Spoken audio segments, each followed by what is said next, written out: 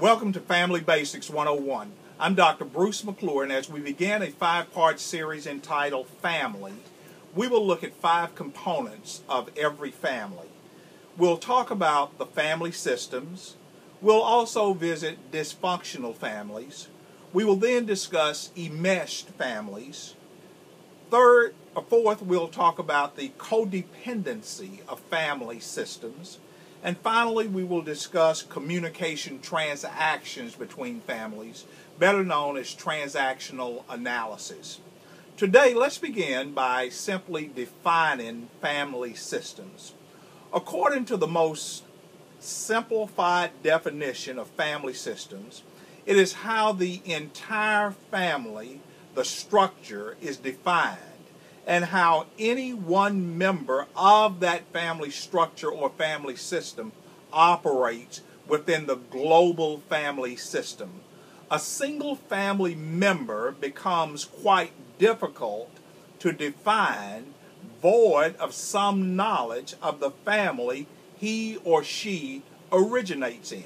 So in essence, family system involves defining not just the identified individual that you may know or that I may know, but to properly define a family system or the structure, it moves beyond the knowledge of the individual that you are self-acquainted, and to become more knowledgeable of the extended family, the mother, the father, the sister, the brother, the uncles, the aunts, the grandparents, the neighborhood, the association of the entire family system.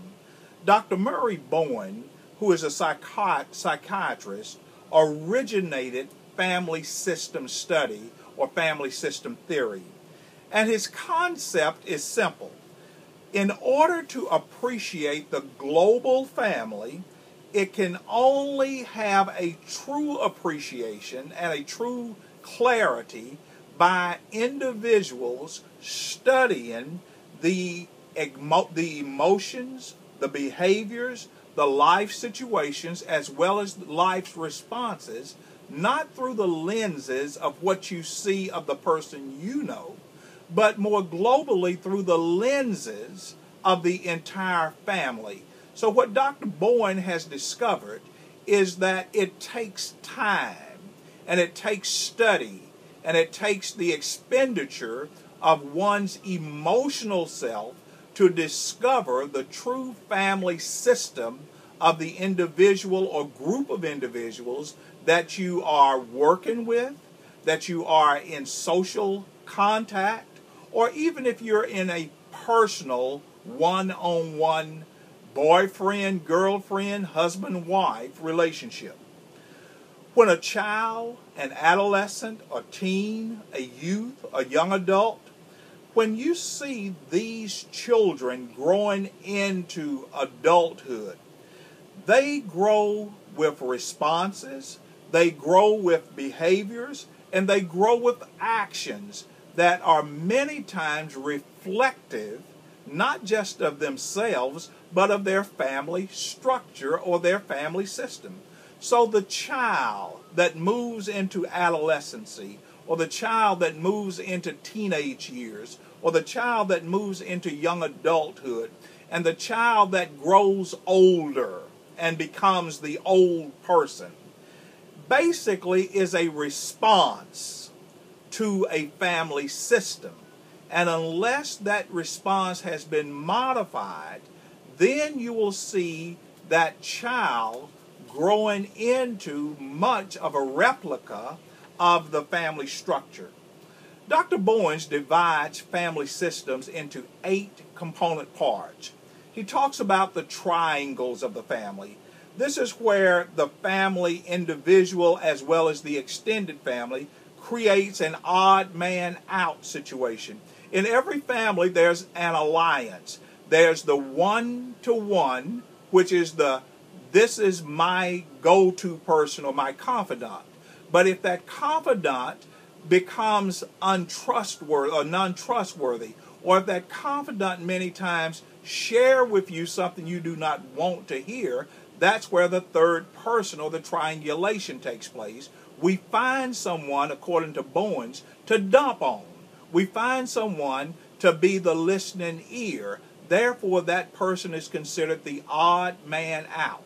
In essence, that person doesn't have all the facts. That person doesn't have all of the information, so we will temporarily ally with that triangulation. He also talks about the differentiating self. This is where a person allows for one not to get caught into groupthink. In other words, it becomes very imperative for individuals within a family system to learn independency. And whenever independency is not learned in that family system, you'll see everybody in the family basically acting and behaving and responding the same way, because there has been a lack of the development of the differentiating self for the sake of, I do not want to be ostracized from the family system regardless of its health. He then talks about the nuclear family and the emotion system within that nuclear family. Family tension is dumped on a targeted family person. When it comes to marital conflict, it's this person's fault. When it comes to, if the family is to be better, then this dysfunctional person is the reason why we can't get better. If there's a child in the family that has some type of illness, the reason our family is dysfunctional is because of the ill child, or there may be emotional distancing. But the nuclear family emotional system in a family structure typically will identify a target to dump situations. Then he talks about the family projection process. It's where parents' real fears or their perceptions of the world is shapen into the child's fears and the child's perception of the world. So in essence, my woe or means, I will communicate those in such a subtle or maybe not so subtle manner that my woe or means become my children's woe or means. So my children, in essence, begin to sound like me. Your children will begin to sound like you in their perception of the world. There are multi-generational transmission processes. This is where the patterns of selection of similar relational paths and interactions replicate themselves. Husbands in a family system will look for wives like some other lady in their family system. The pattern goes on.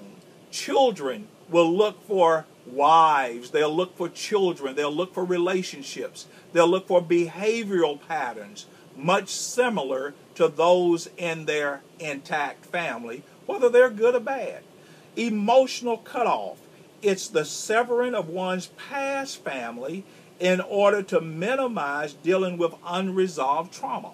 So in the emotional cutoff, what we do is sever any emotional connectivity to the family structure, especially if it is painful, in order to say, I come from a good family, my family is healthy, and the reality of the matter is I have severed myself emotionally in order not to just protect, but also in a very pretentious way to pretend that the family as it is different. And the reality will always come out, especially in the multi-generational transmission process. There are sibling positions, according to Bowens, to where it dictates attitudes regarding who's going to lead, who's going to follow, and who's going to compromise.